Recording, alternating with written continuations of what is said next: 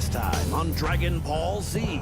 But I think for the first time in a long time, UI Goku is finally that character that's going to replace Vegeta for me. But it's an extensive 5 chapters. There's 6 fights.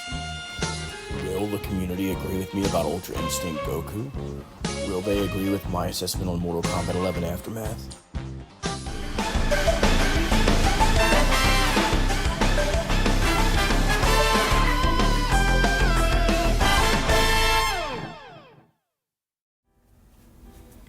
Hey, what's up guys, it's Mark Yoon, and today I bring another hopefully exciting video. So today is Friday, which means it is our community day.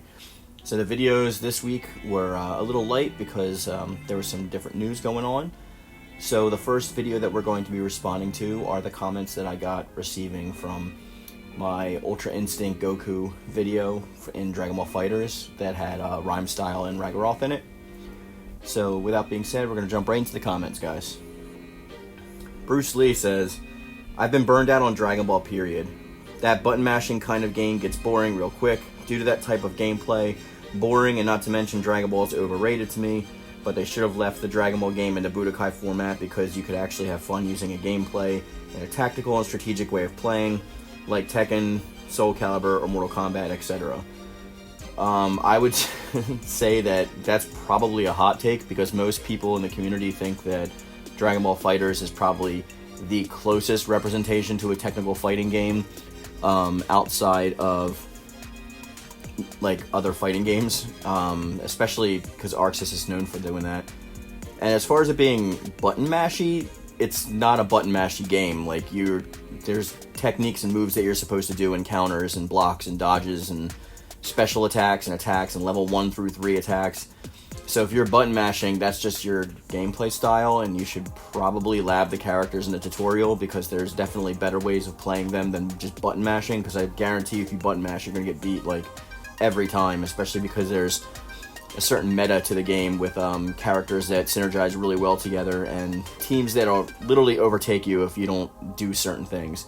So as far as the Budokai series, like, you can still play the Budokai games. I still have all of them. Infinite World is probably my favorite outside of maybe Burst Limit, but they're still there. They didn't go anywhere, so if you want to play them, you can still play them. I don't understand why people think just because new games are out, it means you automatically ignore all the old games. That's never made sense to me. I play all my systems going back to PS1, so I don't really get that train of thought, but I mean, everyone's different. SolarFlame95 says, not what I was expecting, but pretty cool. I used to be a big fan of Rhymestyle's channel back in the day.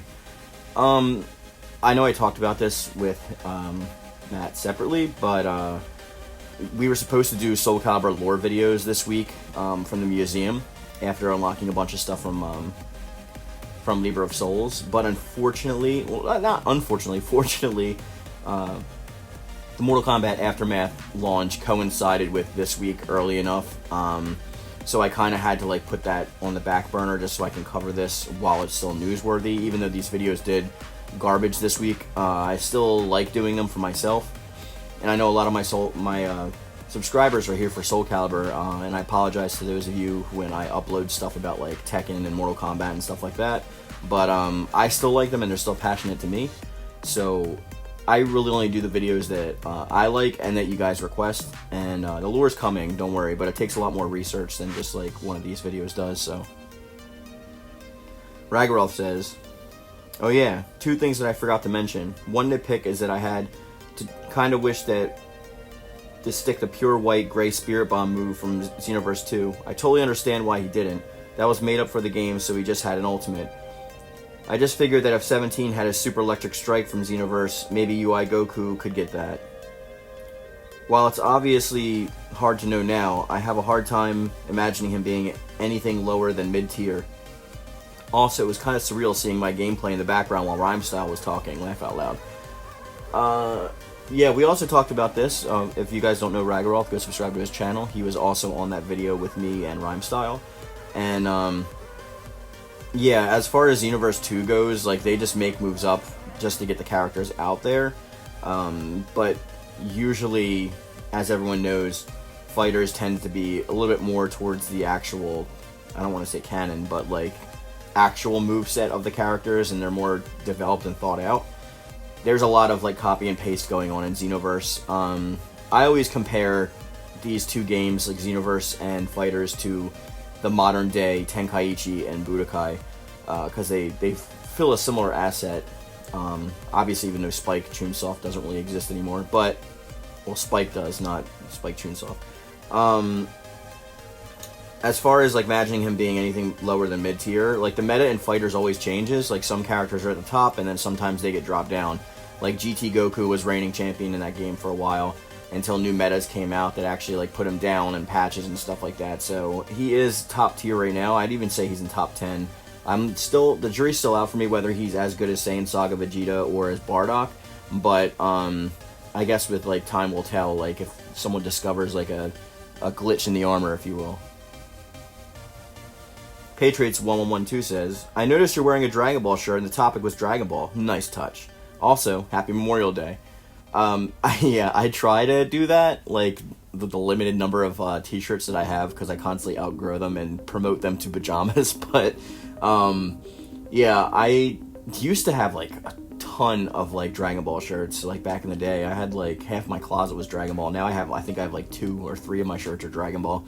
But I do try to coincide my shirt selection with the topic at hand, if that makes any sense. It just so happens that I don't have any Soul Calibur like clothes, so that's probably a big reason why I don't do that with Soul Calibur, mainly, or Mortal Kombat for that matter. I used to have a Soul Calibur shirt from Soul Calibur 5, but that's long since been gone. It was from GameStop using reward points, and the thing fell apart like, I don't know, like anybody. Ashton Bird says, although I didn't get him, I thought he was done decently. I didn't get either Kefla either, because she's a bit aggravating and annoying, though I'm happy for those people who enjoyed getting those characters. Personally, I was more excited about Dragon Ball Super Broly and Dragon Ball Super Blue Gogeta, but that's just me anyway. I'm hoping for Project Soul to stop being a bit of slowpokes for releasing stuff. Soul Calibur 6, I'm not complaining. I just got a bit bored somewhat last time, and I'm glad you're back in the Fighters. Fighters is... I have a love-hate relationship with it. It is very technical, and if you want to get good with like one character, you literally have to like spend a ton of time like with that character, not only in ranked online, getting your butt handed to you, but labbing the character. Which a lot of times, like if I want to sit down, I have other jobs, so like when I'm drawing all day or when I'm like, you know, doing my YouTube stuff, I'm like it takes up a lot of my time. So if I do want to play a video game, I usually just want to like sit back with a couple beers and like play with friends. It's really hard to get into a labbing mode anymore. Like I'm not as young as I used to be, and time is not really as much available to me as it seems like it used to. For those of you who are younger, get used to that. Like once you hit like 25, like the time just starts melting away in the day. Alright, so that was all for the Dragon Ball FighterZ video, and then I'm moving on to my spoiler-free review of Mortal Kombat 11. I'm probably gonna not put the spoiler comments in this from this week, because I don't want to spoil people who don't want to get accidentally spoiled if they haven't got it yet, because the game's still only like 3 days old. So sorry if you commented on that. I'll probably put that in a future Community Day video. But SolarFire95 says, to be honest, I'm not sure if the $40 price point is worth it. RoboCop is really the only character I'm interested in, and I could find a full playthrough of the story anyway, but that's just me. Also, that Melita cameo in Katana's Friendship was nice. I know I've like gone back and forth on this, but I think the $40 price point is worth it.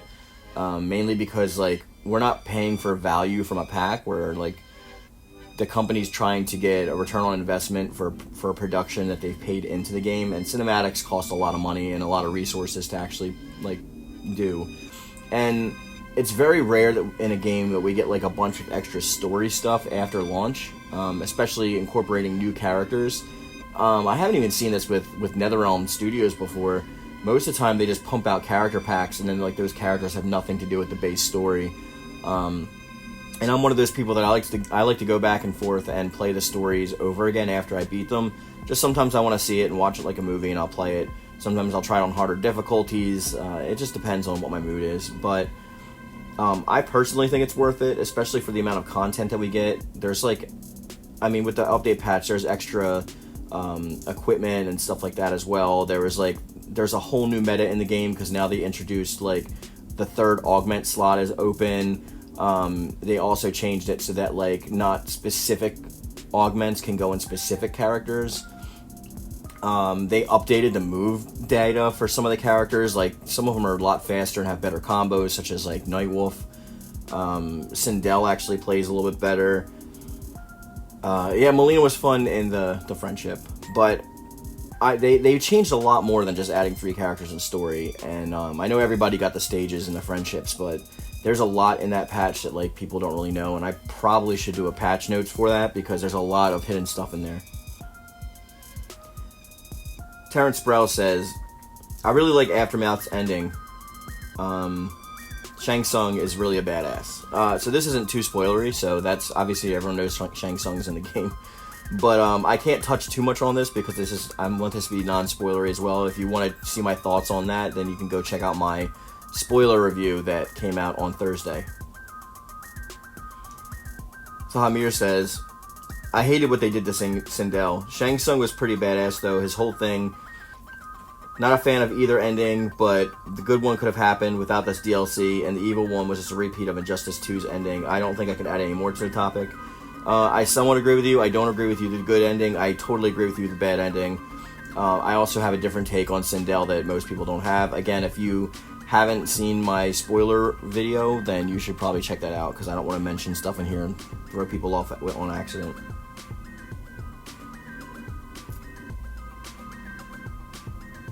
Okay, so Sean Image says, seeing Kung Lao is definitely a highlight for me. I hope in the next installment we get to play as him during the first Mortal Kombat tournament, even if it's just a prologue before the timeline we're used to. So again, I don't want to touch on spoilers, but I will say that like when the reboot does finally launch, I'm not sure if we're even going to have the same characters or setting. They're famous for trying to introduce a bunch of new characters and then nothing happens to them. Look at the 3D era with like a ton of characters in there, like Havoc and MODOK and Serena, and there's just like there's a plentiful amount of characters that haven't shown back up. And then even from the last game, we still don't have like Takeda back or Kung Jin, so there's like a lot of stuff going on with that. Last comment that I will mention after this one, and I'll try to cut out any spoiler stuff. Patriots112 says, I watched it because I wanted to be spoiled. And thank you. I'm glad you watched it. I hope you enjoyed it. And hopefully there was enough stuff in there that you can get into. Solar495 says, first, I guess I'll give my brief thoughts on each of the reboot trilogy's stories. Then I got something I want to say, so here we go. Mortal Kombat 9. What can I say? The story was great all the way through, no complaints. Mortal Kombat 10. Story wasn't as good as the last game, but it still had plenty of great moments. Although Cassie Cage going God mode out of nowhere and wrecking Shinnok was stupid in my opinion. Mortal Kombat 11, let's just say I had my issues with a lot of things, but the story did still have some good points to it, although, like the ending for Mortal Kombat 10, did annoy me. Alright, now on to what I wanted to say earlier. First of all, I love everything about Mortal Kombat. I hold no ill will against you. Hell, I'm happy for those that love it. That being said, I personally just can't bring myself to look past the controversy surrounding it. From the grinding, to all the double standard SJW bullshit, to the changing of certain characters, to the cringy shoehorning of Ronda Rousey, to the shady recasting and changing of voice actors, my issues with the storytelling all served to really bring down any enjoyment I had of the game, which kind of sours my whole view on the franchise. I get that some people are able to look past all of it, or a few of those things, but like I said, I just can't. I'm sorry if it sounds like I'm being too bitchy, but I love this franchise so much, and to see it bogged down by things I listed above just makes me so damn angry. And if I didn't have such love and nostalgia for the series, I would have straight up dropped it altogether. All of these issues have me worried with Injustice 3 as well. Again, I'm sorry if I'm coming off a bit harshly, but I just had to get this off my chest. I'll also reiterate that if you love this game, that's great, but me, well, I've said my piece. Anyway, that's just how I feel. Thanks for listening.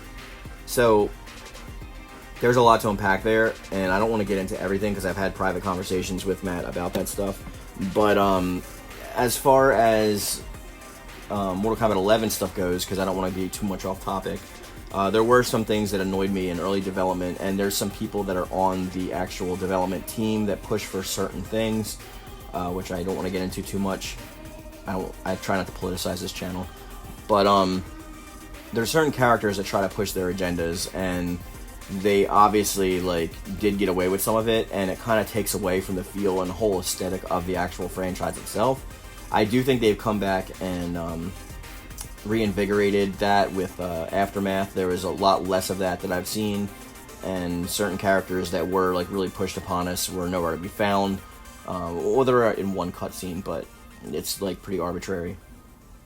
So while I totally get your feelings and understand that, all this stuff is based on perspective, and if somebody has a different perspective of something, then like it's going to change their view entirely.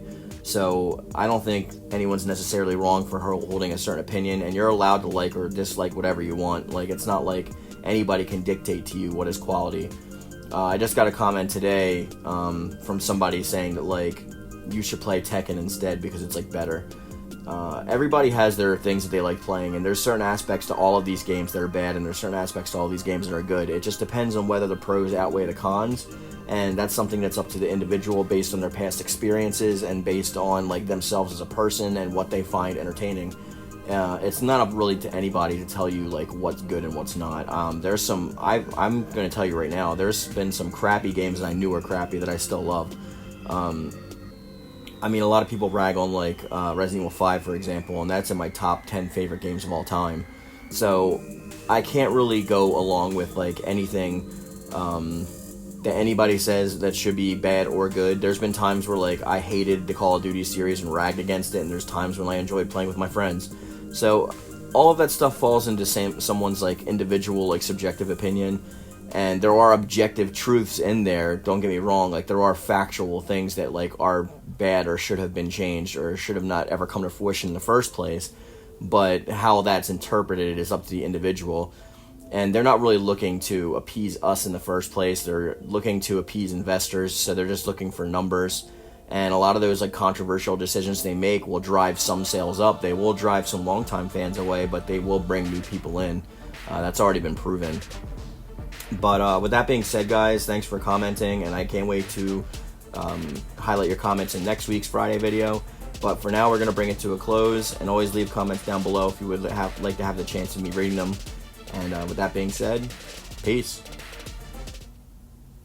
Next time on Dragon Ball Z. Next time, we are back to basics with covering Soul Calibur and the lore. Let's see what happens next time on Dragon Mark Z.